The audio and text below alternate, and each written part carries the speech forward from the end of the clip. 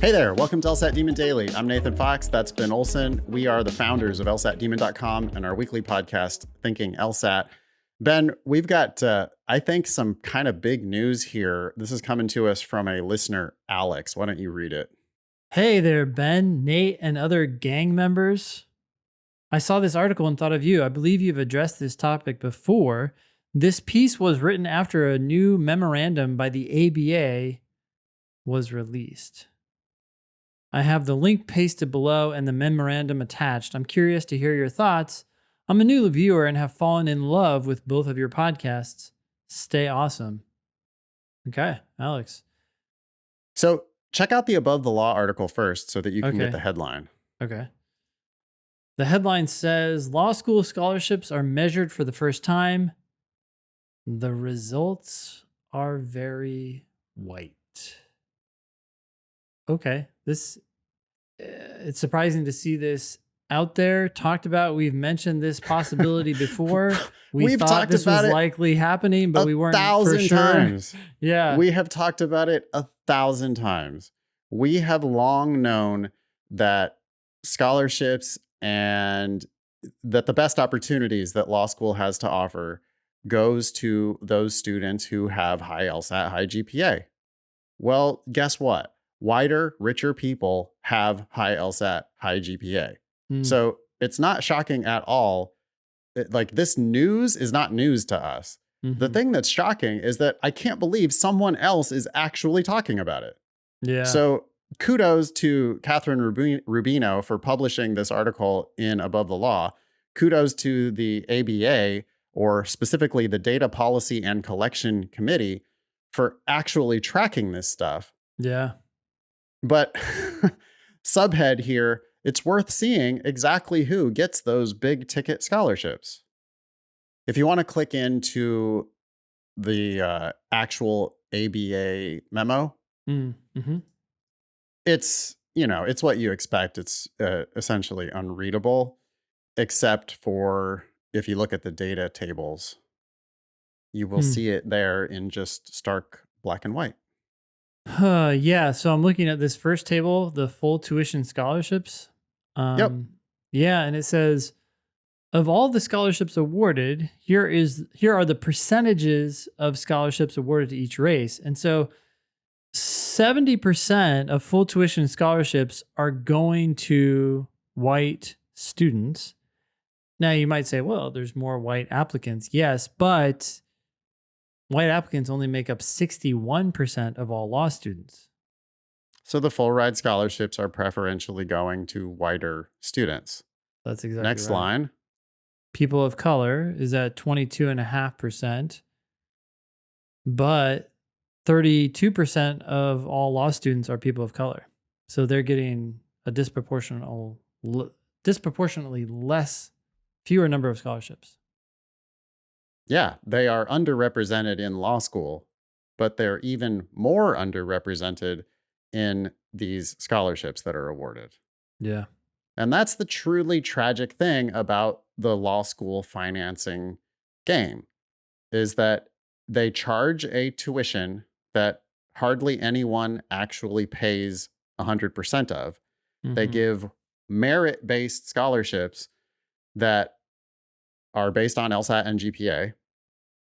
And as it turns out, whiter, richer people have higher LSAT and GPA, and so they get more of the scholarships. They also tend to get better grades in law school, which then results in better jobs out of law school. And when you add it all up, whiter, richer people pay less for more, while browner, poorer people pay more for less. And that's what this table shows. Yeah, and I want to talk about this second table. The second table is talking about those people who get less than 50% scholarships awarded.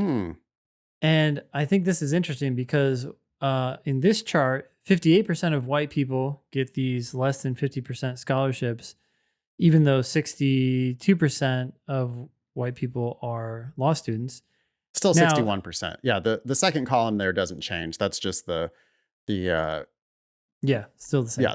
Yeah, but so now all of a sudden white folks are underrepresented on the less than 50% scholarships, or what we refer to on our podcasts as scammerships. Yeah, and here people of color are overrepresented. 34% of them are getting scholarships, but there's only 32% of law students are people of color. So they're overrepresented there, and some people could look at that and go, "Oh, look, they're getting more of these scholarships," but these scholarships aren't real scholarships. As you Yeah. said, they're scams because they might be like $5,000 or something ridiculous, some nominal amount, which is Yeah. used to tempt people to accept offers that are really just abysmal. And they haven't gone into conditional scholarships in these Yeah. I tables. mean, this stuff could be broken down so much further. Right. Interesting that they haven't, but But I would be willing to hypothesize that whiter people get fewer conditional scholarships mhm. and browner people get more conditional scholarships. Conditional scholarships are those scholarships that can be taken away if you don't get the right grades. Yeah. So, I mean, the picture that this paints is the same picture that we've been painting on both of our podcasts, Thinking LSAT and LSAT Demon Daily, for years and years, which Mhm. is you need to be really careful about the price that you're going to pay to go to law school. And you have to be super wary, especially super wary of these small scholarship offers. I mean, if you get no Yeah. scholarship offer at all, that's even worse.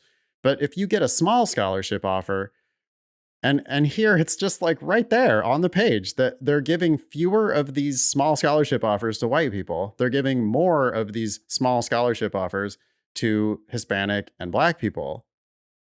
And what do those small scholarships do? They'll give you $5,000, $10,000 off of a $60,000 tuition so that they can sort of pat you on the head and go, yeah, yeah, you're a great candidate. You should definitely come here. We're going to give you a good We're going to price. take care of you. Yeah, you're We're going going to to take care take of you. care of me by what? Charging me $50,000 a year? Right. Anyway, good job, ABA section on legal education and admission to the bar, specifically data policy and collection committee. I'm glad that they're collecting this information. It looks like they collected it off of surveys of 1Ls, by the way. So So this it information seems isn't like easy to get. It should be easy to get, but seems it's like they not. should require the law schools themselves to give this information. Yeah. Yeah.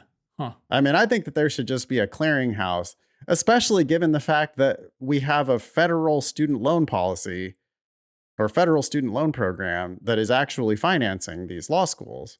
Yeah, It totally. seems like there should be just a nationwide clearinghouse of every ABA law school, every single student who goes to the ABA law school. It can be anonymized, but how much are you actually charging these people to go to your school?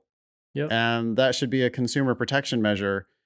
And if you don't want to comply with that consumer protection measure, then maybe that's fine. But we're just not going to then guarantee loans to the students who are attending your law school. Crazy. Other matters down here, I thought that you might like to look at just maybe we can give a hot take. Do you see under section 2, items for council consideration and approval? Discussion of dropping the median LSAT score from 509 information. How on earth would less information be a good thing? It says the committee continues to discuss the suggestion of dropping the median LSAT score from required reporting on the 509. The committee agrees that doing so might help law schools have more flexibility in the admissions of some students and continues to explore whether publishing only the 25th and 75th percentile is sufficient consumer information for applicants.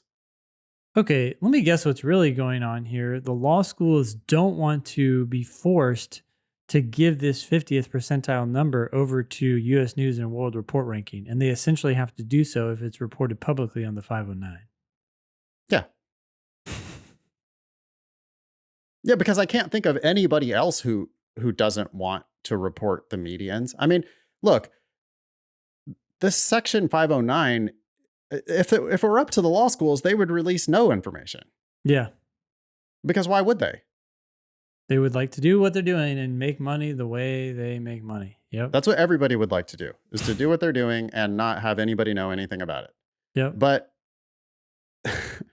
but it's a consumer protection measure. So apparently the law schools are claiming, oh yeah, don't make us publish the medians, just make us publish the 25th and 75th percentile. Although, it just strikes me that the second you get rid of the median LSAT on the 509, they're going to also then say, well, now that you've done that, I think you should also just get rid of LSAT reporting entirely. Yeah, we're still stuck between these two numbers.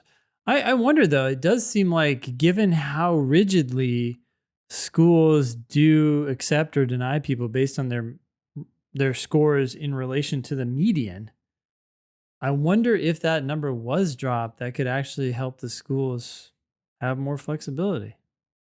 It's possible, but I think that they would then just start looking at their 25th and 75th percentile instead, because US News is going to continue to use LSAT to rank law schools. Yeah, but then And you'd have so, the flexibility within that range, right?